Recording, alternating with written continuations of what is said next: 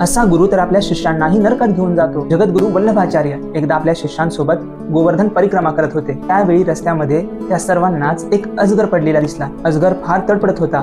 तो वेदनेने व्याकुळ झाला होता आणि हजारो मुंग्या त्याला चावत होत्या. त्यावेळेस वल्लभाचार्यांच्या शिष्यांनी त्यांना विचारले की आचार्य चरण, हा जो अजगर आहे या वृंदावन धामामध्ये, या ब्रजमंडलामध्ये असा तडफडत का आहे? हजारो मुंग्या याला चावत आहेत. त्यावेळेस वल्लभाचार्य सांगतात की हा मागील जन्मामध्ये एक साधू आहे, तथाकथित एक साधू, ज्याने हजारो शिष्य बनवले होते, परंतु तो कुणालाही भगवत प्राप्तीचा मार्ग दाखवू शकला नाही.